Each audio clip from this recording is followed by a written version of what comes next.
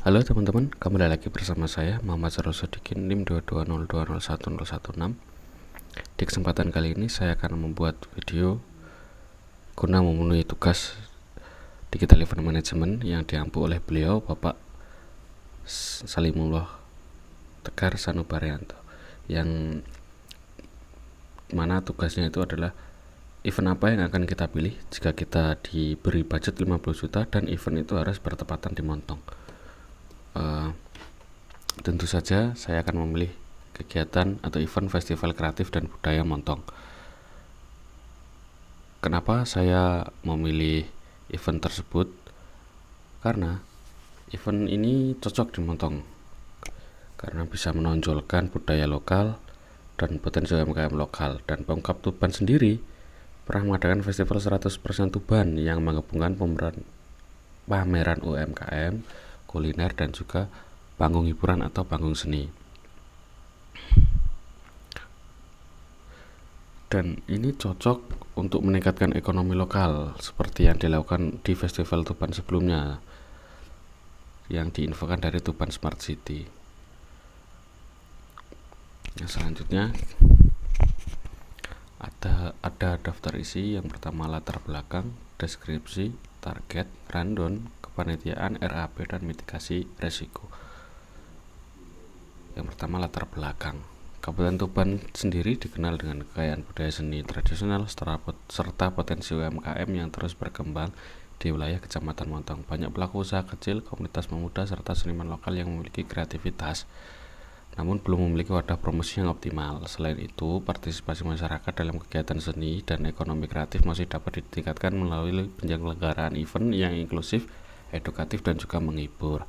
Dan melihat potensi tersebut, teman-teman, diperlukan sebuah kegiatan yang mampu mengangkat budaya lokal serta memberi ruang bagi UMKM untuk berkembang.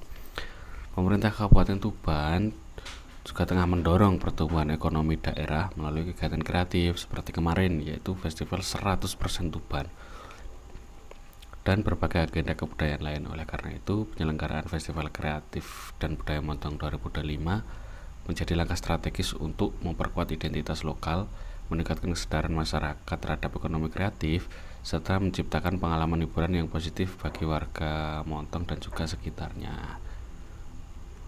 Selanjutnya, deskripsi, teman-teman. Festival Kreatif dan Budaya Montong 2025 adalah event publik berskala kecamatan yang menggabungkan pertunjukan seni budaya, bazar, UMKM, musik lokal, dan juga workshop kreatif dan aktivitas komunitas lainnya.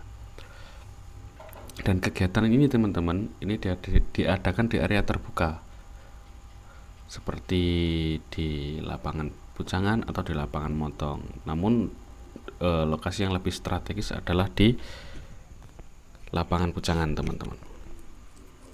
Dan dari isi kegiatan tersebut meliputi panggung hiburan musik lokal dan seni tradisional Tuban, bazar UMKM makanan, kerajinan, dan pertanian lokal, workshop konten kreator atau digital marketing UMKM, penampilan tari tradisional, festival dolanan anak, kompetisi kecil atau kompetisi konten seperti foto, reels, atau lomba kreativitas lainnya. Area kuliner khas Tuban bisa becek mentok, besengek, jajanan pasar, es siwalan itu sendiri yang khas dari Tuban banget. Selanjutnya ada target. Target pun kita di sini ada dua, teman-teman. Yang pertama target peserta masyarakat umum Montong dan Tuban, khususnya di Montong, teman-teman ya. Masa orang Montong sendiri nggak nengok gitu. Yang kedua ada UMKM lokal, komunitas kreatif atau pemuda, pelajar dan mahasiswa, konten kreator lokal. Dan target capaian kegiatan ini saya buat tinggi banget supaya mendongkrak UMKM di Montong. Yang pertama ada meningkatkan exposure 20-30 UMKM lokal melalui bazar tersebut. Yang kedua ada meningkatkan partisipasi masyarakat dalam melestarikan budaya lokal. Yang ketiga, ini yang paling tinggi, mendorong penjualan UMKM minimal total omset itu 10-25 juta dalam acara. Tinggi banget, teman-teman. Yang keempat ada menghadirkan hiburan yang aman positif bagi 500-1000 peserta. Saya rasa ini lebih ya, kalau sehari itu 1000 peserta bisa 2 kali lipatnya. Yang kelima ada memberikan edukasi digital kreatif kepada minimal 50 peserta workshop. Yang keenam menciptakan event yang dapat direalisasikan kembali setiap tahun. Jadi event ini sangat realistis jika tahun depan itu ingin dibuat lagi, karena kemarin sempat ada event expo tapi tidak sekompleks ini. Dia hanya mengangkat UMKM saja, dan expo tersebut isinya malah bukan UMKM dari Montong tapi dari luar, seperti itu. Selanjutnya ada rundown. Saya percepat ya karena banyak sekali kegiatan. Mulai dari jam 8 sampai jam 9 adalah registrasi peserta dan pembukaan buzzer UMKM. Jadi mulai pendaftaran dari peserta atau dari sebelumnya juga bisa, namun dari hari H itu jam 8 sampai jam 9. Jam 9 sampai 9:30 itu pembukaan resmi dan juga sambutan dari yang bersangkutan, seperti kepala desa, ketua panitia, dan penanggung jawab, Kapolres, dan lain-lain. 9:30 sampai jam 10 adalah penampilan seni tradisional, baik tari ataupun tongklek.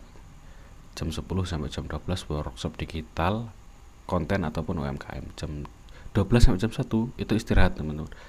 Jam 1 sampai jam 4 itu ada lomba konten kreatif atau foto seperti yang saya sebutkan tadi. Dan jam 4 sampai jam 5 itu game interaktif dan pengumuman lomba. Jadi dia mengadakan game kecil-kecilan sembari menunggu panitia itu mengakumulasi nilai dari perlombaan konten kreatif tadi yang ini. Dan yang jam 5 sampai jam 6 adalah penutup lomba, teman, penutup acara dari atas sampai bawah, tapi bukan penutup event loh ya. Ada plus dokumentasi.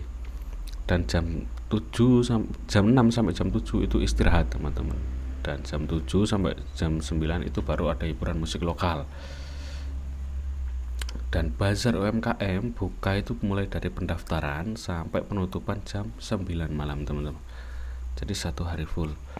Selanjutnya ada struktur kepanitiaan. Yang pertama penanggung jawab, bisa dari kepala desa atau koordinator proyek event, bisa dari ketua pelaksana ataupun dari kepala desa, teman-teman ya. Yang dibutuhkan di sini ketua pelaksana itu 1 orang, wakil ketua 1 orang, sekretarisnya 1 orang, bendahara 1 orang. Dan ada lagi koordinator acara atau panggung. Dia mengatur rundown dan mengelola penampil, siapa saja yang ingin ditampil dan ditampilkan. Selanjutnya ada koordinator UMKM dan bazar. Di sana dia menyeleksi tenan, pengelolaan area jualan. Selanjutnya ada koordinator perlengkapan. Ini terlalu titik-titik, teman-teman. Dia mengatur tenda, meja dan kursi, dan juga sound system dan lighting. Selanjutnya ada koordinator humas dan dokumentasi. Dia memegang poster, memegang media sosial, mengatur foto dan juga video. Selanjutnya ada koordinator keamanan, yakni kerjasama dengan Linmas, crowd control. Dan selanjutnya ada koordinator konsumsi, bisa dari panitia, maksudnya yang diberi konsumsi itu ada panitia dan juga tamu undangan. Selanjutnya ada koordinator sponsorship, yakni mencari tambahan dana lokal. Ini bisa opsional, teman-teman ya, karena dengan dana 50 juta ini kemungkinan sudah cukup lah untuk menjalankan event skala kecamatan ya. Kita masuk ke RAP atau rencana anggaran. Yang pertama ada sewa tempat dan perizinan. Ini 5 juta, saya anggarkan 5 juta. Dan sistem dan lighting yang ada di panggung itu 10 juta. Nah, ini sudah terlampau ya karena saya anak sound system, tapi anggaran itu pasti lebih ya. Dan sewa tenda UMKM 20 stand itu saya anggarkan 6 juta. Meskipun di Montong itu bisa lebih murah ya, tapi kita anggarkan 6 juta. Panggung dan juga dekorasi itu menghabiskan dana 4 juta, teman-teman. Honor musisi dan seniman lokal menghabiskan 6 juta. Workshop ini pemateri dan juga perlengkapan kita anggarkan 3 juta. Dokumentasi, foto dan video 3.500.000. Promosi, banner dan poster ataupun iklan sosmed itu 3.500.000. Konsumsi panitia dan tamu 3 juta. Keamanan dan kebersihan itu 2 juta.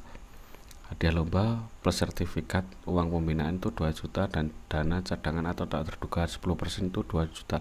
Dan kemungkinan total ini ada di kisaran kurang lebih 50 jutaan, teman-teman. Dan ini saya yakin bisa lebih berkurang karena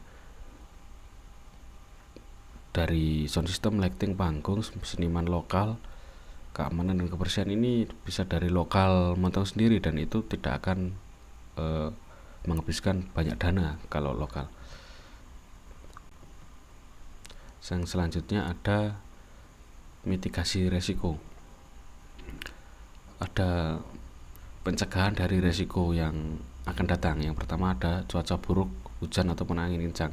Disediakan tenda besar dan terpal cadangan teman-teman, atau istilah kata itu terop lah ya. Dan disediakan luang balai desa sebagai alternatif kegiatan indoor jika tidak memungkinkan ada banjir atau angin topan yang benar-benar topan banget itu, kita pindah ke indoor. Dan panggung memakai konstruksi kuat, panggung zaman sekarang ya, panggung rejing kotak itu sudah kuat banget. Yang dua, keramaian tidak terkendali ataupun keamanan. Kita sediakan 10-15 petugas keamanan teman-teman, kerjasama dengan Linmas dan Karang Taruna. Batas pagar area jalur keluar masuk kita sewa barikade tentunya ya. Yang ketiga, masalah teknis sound dan listrik. Ini sering teman-teman ya. Sediakan genset cadangan. Bagi sound system perlu bawa genset 2, teknisi standby selama acara, dan cek sound atau tes alat minimal itu 2 jam sebelum acara. Ini mitigasi yang kita lakukan. Yang selanjutnya nomor 4 ada UMKM sepi pengunjung. Kita sosialisasi agar mereka melakukan promosi 2 minggu sebelum acara, jadi masyarakat itu tahu. Sistem voucher bagi pengunjung untuk menarik transaksi. Selanjutnya ada kolaborasi konten kreator lokal. Ini penting ya, pemasaran itu sangat penting sekali untuk memitigasi UMKM yang sepi pengunjung teman-teman. Yang kelima, keterlambatan menampil. Kita siapkan backup performance, band lokal atau akustik, koordinator di panggung mengatur durasi yang fleksibel. Jadi koordinator itu bisa mengatur kapan naik dan turunnya peserta meskipun itu molor teman-teman ya. Yang selanjutnya ada peserta workshop tidak memadai, registrasi online plus door prize, promosi khusus bagi pelajar dan UMKM. Jadi mitigasi yang nomor 6 adalah registrasi online dan juga door prize teman-teman, dan juga promosi khusus bagi pelajar UMKM. Itu bila peserta workshopnya tidak memadai, tapi pasti memadai lah. Siapa kan zaman sekarang tidak mau workshop. Mungkin sekian video dari saya, kurang lebihnya mohon dimaklumi karena ini video maksimalnya 15 menit ya, jadi saya kupuh sendiri. Terima kasih. Wassalamualaikum warahmatullahi wabarakatuh.